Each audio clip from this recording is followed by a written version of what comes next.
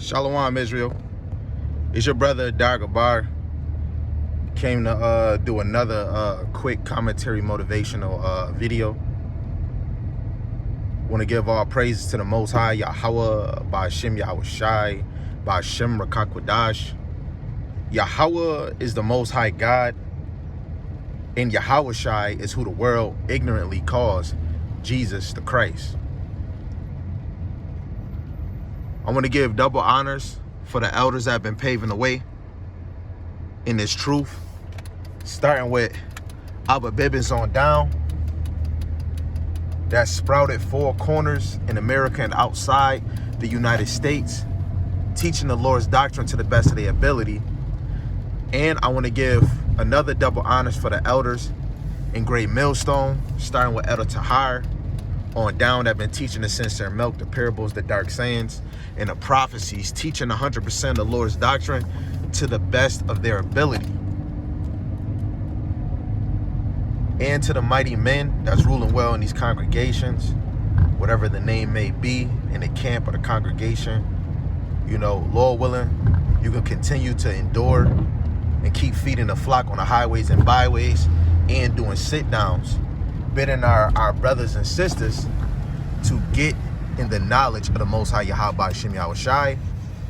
And I want to definitely give a mighty shalom to the sisters.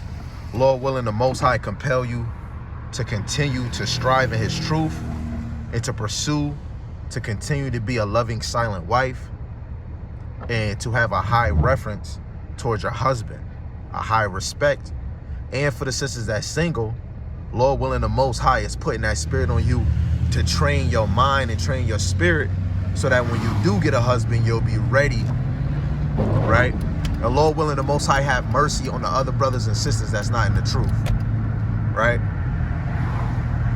So it's a few things I want to, you know, talk about, but I'm going to probably try to go straight to the point. I just want to ask the blacks, Latinos, and natives, even if you in the truth or if you're not in the truth, are you comfortable? Are you comfortable being in America? Are you comfortable being in whatever situation, whatever place that you are in the time that we are in right now? What I mean comfortable is the laws, the way they live, how they treat our people. Are you comfortable with the education? Are you comfortable with the knowledge that you receive from our oppressors? Are you comfortable with the jobs and the money that they give you? Are you comfortable with your oppressor's face on your dollar? Are you comfortable leading your kids into their educational buildings? Are you comfortable being on food stamps, right? Shoot, I have food stamps. I'm uncomfortable. I'm uncomfortable that I see my people are uncomfortable. I know it's uncomfortable being a crackhead and you use all your money. I know it's uncomfortable being a stripper and then you want to look for love and every man look at you like a piece of meat. I know the feeling of being a drug dealer and then either fiends or people trying to play you.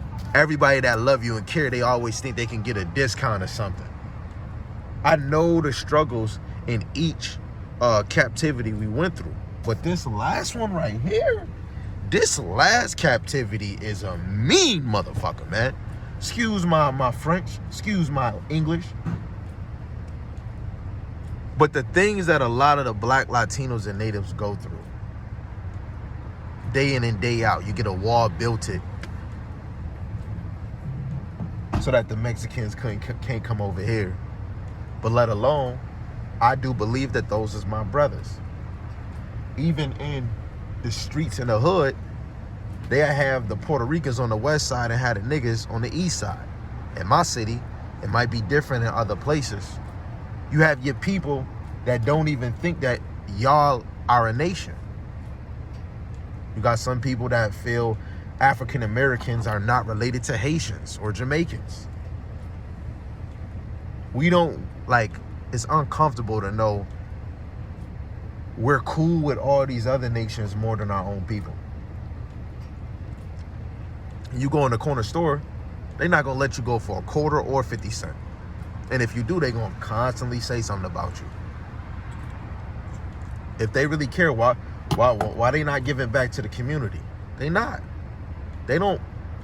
How they giving back to the community and they selling you cigarettes. They selling you Dutches. A lot of us is not true to what we believe. There's a Muslim dude on Clubhouse that said, man, I'm Muslim and Christian. But fuck the Muslims, man. They ain't moving right. He dissing his own people. And guess what we do? We do the same thing. We diss our people more than other nations dissing us. Other nations been doing us cruel. But us in our own hands and out our own mouth, we call our women bitches. When we making songs about the op, we talking about our people.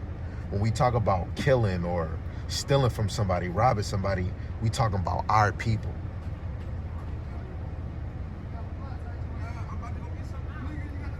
We don't never try to uplift our people. Not only you got $1, some food. I don't understand, because even in myself, if I could put myself in anybody else's shoes, the number one thing that's beneficial for every man and woman that's a Black, Latino, and Natives is the Holy Scriptures. The scriptures that we don't even cleave to or want to learn.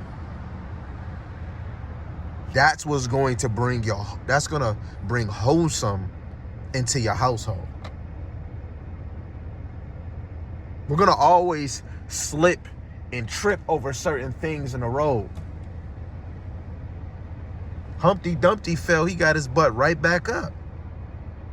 This thing is not, as soon as you get in it, everything is going to be smooth. But when you actually come to something true, you know who your enemies are and you know who your nation is. Anything outside of truth is confusion. I hope you got the gist of this. Or maybe it was just me ranting. I just want to know, are you comfortable? And if you feel I didn't answer the question, I'm going to tell you, I am uncomfortable. I am uncomfortable knowing that all my brothers, might not respect if my wife might say she has a husband and still try to talk to her. And this happening to all the Israelite men and the sisters, man. But guess what? When I was in the world and I wasn't in this truth, I'm hollering at somebody's girl. Half of our women is out here naked and they got a man. I'm hollering at them. But now when I'm in the truth, I see, like, if I love my wife, I would not. She is not about to walk out the house half naked. It's a problem. She gonna go right back in the house and she either getting a spiritual whooping or she ain't going. And then for the kids to be doing holidays and they're not getting taught where it derives from. They just know fun, fun, fun.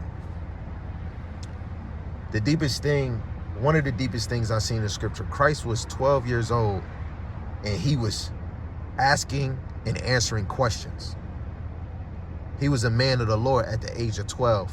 When I was 12, and a lot of brothers was probably looking at women, a lot of us slipped into certain things at a young age because of our surroundings. But this is what happens when you fall into sin. This is what happened when you fall into confusion. This is what happened when you love captivity. This is what happens when you love poverty. This is what happened when you love oppression. A lot of us is not ready to be rulers because we love what we already have here. I love the things that I have in front of me, as in my wives, my kids, my Bible, my Akim that's around me, the brothers and sisters that's actually in the truth. That is the biggest prize and possession I have in my life, besides a vehicle, a job, the money in my pocket, the jewelry that I have. Even though the jewelry represents Israel, at the end of the day, the number one thing I have is family, people in this truth, brothers that's going to correct me. I had a elder and a brother correct me, right? Because sometimes I might say Christ because I know some people might not understand when I'm saying Yahushua, I'm speaking of Christ. So I dummy it down, but then I understand. You don't need to dummy down Christ. If they want to know the answer, they can ask, because closed mouth don't get fed. So I took it and I'm like, yo, that do make sense. The more we keep saying Yahushua, our people get used to it. We got so used to Yahweh, Yeshua, Yehuda, Jesus Christ, God. But we never took the chance to be consistent with truth, consistent with the true name. I am uncomfortable because I see all my other brothers uncomfortable. I am uncomfortable because I know Yahushua didn't come yet, because things is not fully in line yet. I'm not comfortable because I know the prophecies is coming. I know the prophecies is coming. But I'm uncomfortable because I have family members I care for and I love, that sometimes I might have to separate from them to build my spirit up, to be able to make sure the things that I see them do, that I don't slip back into that laziness or I don't care. Oh, let me roll a blunt. If you are uncomfortable, we should do something about it. And that's not getting a gun, a pitchfork. That's actually being fast to listen and slow to speak. That's actually devouring the oracles of the Most High God, reading for yourself, learning from people that's actually trying to be as passionate as you, instead of somebody telling you, just listen to me and don't read the scriptures over again.